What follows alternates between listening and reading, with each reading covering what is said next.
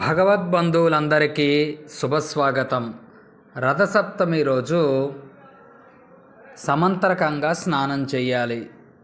తల మీద జిల్లేడు ఆకు రేగుపళ్ళు పెట్టుకుని ఈ మంత్రాన్ని చదివితే 7 జన్మల్లో చేసుకున్న పాపాలు కూడా నశిస్తాయి అని వేదాలు ఘోషిస్తున్నాయి. యదా జన్మ కృతం పాపం మయా సప్తమ జన్మసు తన్మే రోగంచ శోకంచ మాకరిహంతు సప్తమి.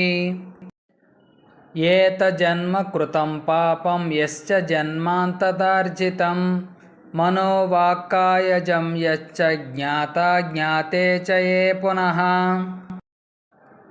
ఇతి సప్తవిధం పాపం స్నానాంనే సప్తసప్తికే సప్తవ్యాధి సమాయుక్తం హరిమాకరి సప్తమి. రథసప్తమి రోజు తల మీద జిల్లేడు ఆకు రేగుపళ్ళు పెట్టుకొని సమంతరకంగా స్నానం చేస్తే 7 జన్మల్లో 7 రకాలుగా చేసిన పాపం వలన పొందబోతున్నటువంటి భయంకరమైన 7 రకాల వ్యాధులే కాకుండా సమస్త పాపాలు నశిస్తాయి. ఆరోగ్యం ఆనందం సొంతమవుతాయి.